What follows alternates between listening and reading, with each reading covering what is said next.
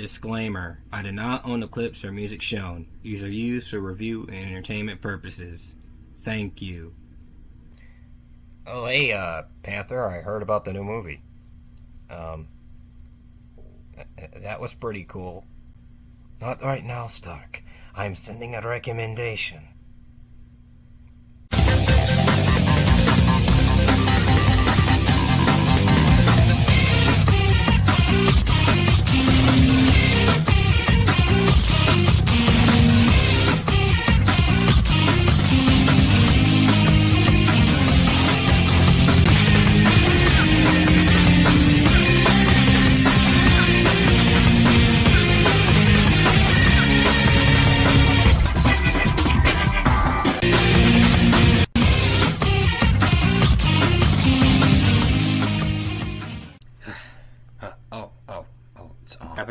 It's me, Camden, on Channel Camden. Black Panther, Wakanda Forever is a sequel to Black Panther, which was released in 2018. And this movie has been released, recently. About a week ago, actually. And, of course, I can't really spoil it here, since it's been recent. But it also is the recent entry in the Marvel Cinematic Universe, and it also ends Phase 4 of the universe as well. And I'll give my final thoughts on Phase 4 later on, but as for right now, I'm going to talk about this particular movie right here. Now, this is a movie recently released, which was, some people were a bit worried on how was it going to work, considering a certain person wasn't, in this movie. Rest in peace. But they somehow made it work anyway. And since it's been released, people have been really, really liking this movie. It's been completely positive, and some say that it's one of the best Marvel movies that came out in the past few years. And what are my thoughts on it? Well, let's jump right in. First, I gotta talk about the elephant in the room. Yeah, the original script was done before Chadwick Boseman's passing, so they had to do the script all over again. And the devastating loss of Chadwick Boseman. He gave a great performance in all of the Marvel movies he's been in, and not just those, and movies in general, and I'm sure he was a great man as well.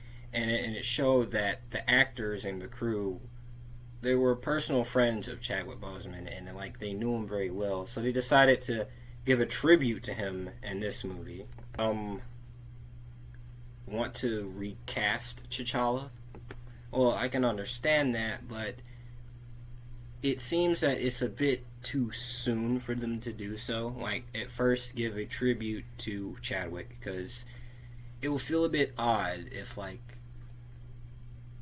we just see a whole new Black Panther before giving a tribute to him first, which is, here it worked very nice. The original script also involved T'Challa having to deal with the grievance of time, the loss of time, because remember, back in Infinity War, he was dusted for 5 years and then came back, and he was going to deal with how much time has passed and how he's going to move forward with that.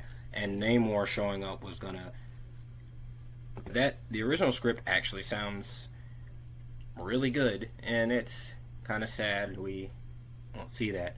But let's talk about this actual movie. Okay, so the current plot, again, was giving a tribute to Chadwick, while also having new characters here as well. He takes the role as a Black Panther, and no, this isn't a spoiler, it was in the trailer. And we have Namor, which I'll get to in a bit. Now, I'm just going to go ahead and get to the characters. And the acting in this movie is, on, the top of, acting in the MCU. It was one of the best performances in, a Marvel movie in the past few years, definitely. Almost everyone here was just on their A-game with acting. They were acting as if, if they didn't act, the movie would just flop, and it obviously wasn't gonna flop. They acted as if, okay, this movie's gonna flop, Well, it's time to act in. Of course, it didn't flop again. Everyone here was very good, including Angela Bassett and Letitia Wright. Like, everyone was just really good. So good to the point where an Oscar! Now I'm gonna get to some of the characters. First is, of course, Shuri, who becomes the new Black Panther, of course. And here, she's pretty cool. Costume is pretty neat as well, I gotta say. It may be just a little bit too over to... Actually, no, not really. It's just cool. And seeing her in action, the action sequences here are very good as well, which I got to talk about. And the first movie had good action sequences. Haha, insert comment on final subway fight and CGI. Yeah, I'm relevant and funny. Haha. See, again, it's not something you would expect.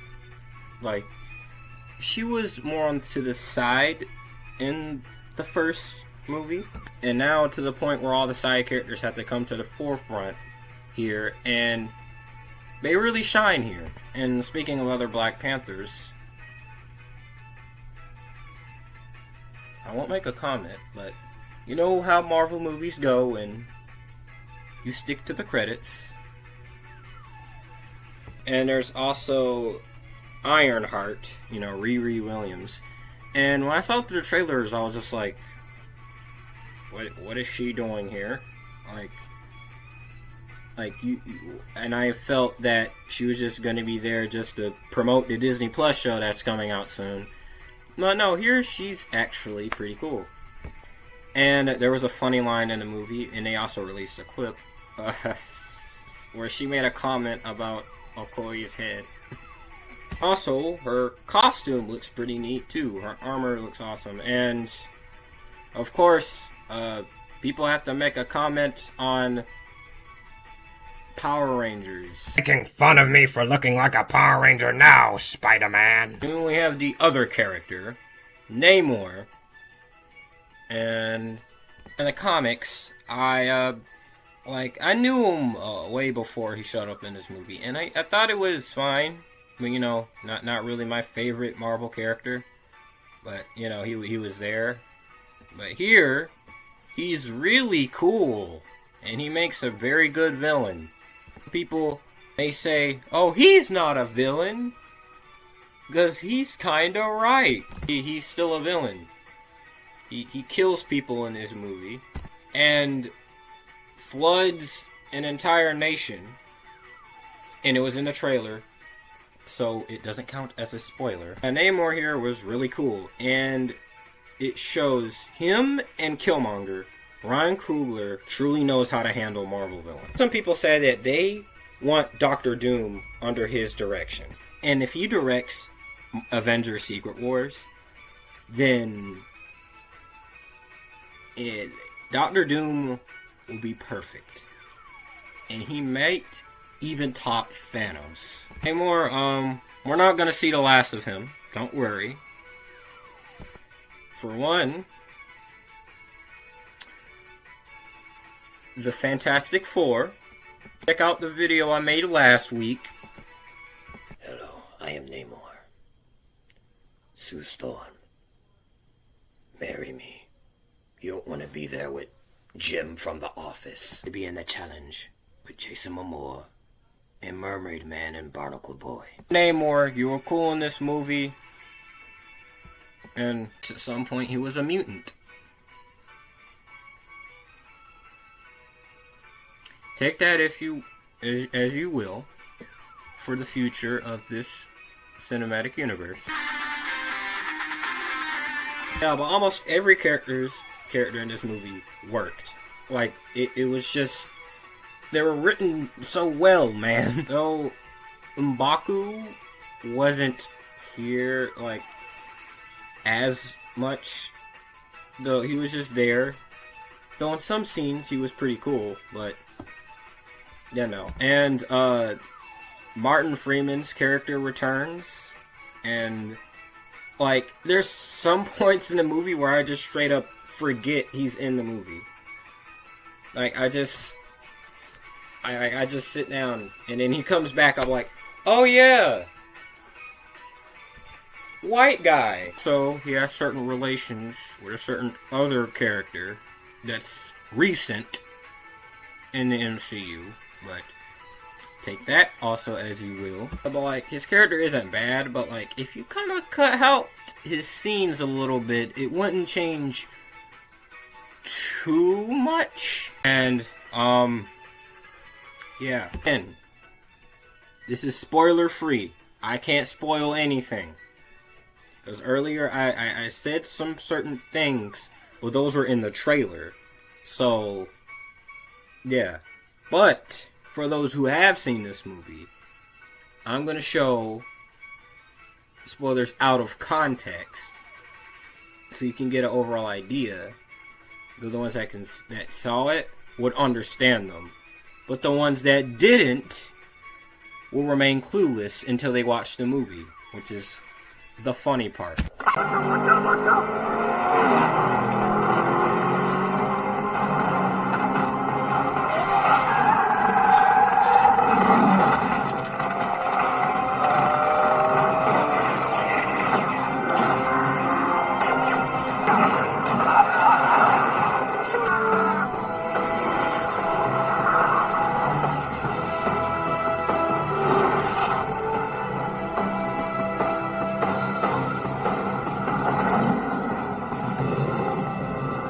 Kill power.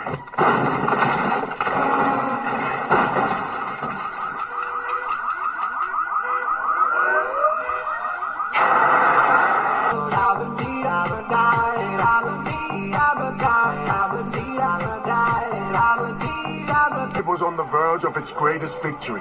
The last of the Owl Warriors had been located. Soon, Longclaw's emerald secrets would be ours. Stopped me from joining the fight. He said my moment to honor our tribe would come, but it was not this moment. Those never saw him again.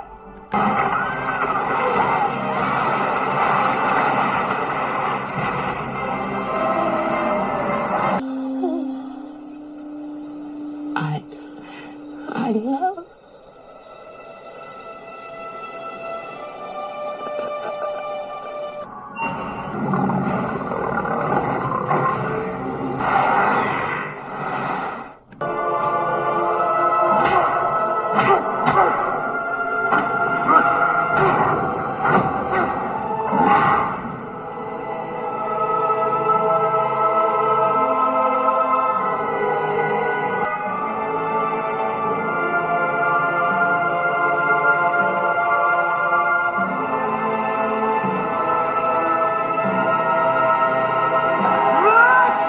My son! Wait a second. A Super Saiyan from the future? Of course! It has to be! He's my son! Unbelievable! Wakanda Forever was fantastic. I believe it's probably in my top 10 in the MCU. And it's definitely the best of Phase 4. Up there with No Way Home. The acting was phenomenal. The characters were very good. And the writing was very good, and it gave a really beautiful tribute to Chadwick Boseman. I urge all of you to check this out if you haven't. Go ahead, go to the theaters, and get your popcorn. Okay, listen to me. It doesn't matter if you're broke or poor. Go watch it. Go watch it. Well, yeah, this movie was great, and I can't wait for the future of this part of the MCU. And the future of the MCU in general. I give it 10 donuts. I don't care if I'm being biased. I love this movie. You all watch it right now. Please, you will not be disappointed. Yeah, it was really good. Like, really good. If I would have had any problems, it's just minor things, but it doesn't hurt the film that much. Really good. It was just yes. Well, this also ends Phase 4 of the MCU, and what I thought about it was that it has a lot of good. No Way Home, most of WandaVision, Shang-Chi, and Multiverse of Madness was pretty good. Had Thor: Love and Thunder, Overall, Phase 4 wasn't really bad. Like, it was nice seeing each director's take on a certain character and give him a bit more freedom this time around. But the only problem is, I think they need to slow down on giving too many things, like, in 1 year. Just a little bit, Feige. Just a little bit. And also Disney Plus shows like Falcon and the Winter Soldier was very good. I honestly did not finish the entirety of Hawkeye. She-Hulk was kind of fun, and Moon Knight has the worst pacing out of all of them, and need to do a lot better as an adaptation. But Oscar Isaac's performance carried the show. As Phase 4, I'm excited for the future of the MCU. And there you go. I still want the superhero squad to show up in Secret Wars. Please. Anyways, that's all I have to say. And wait a second. Random shows up in my backyard. Oh my. Yeah, I hope you like, comment, not a mean comment, and subscribe. I'm going to Wakanda now.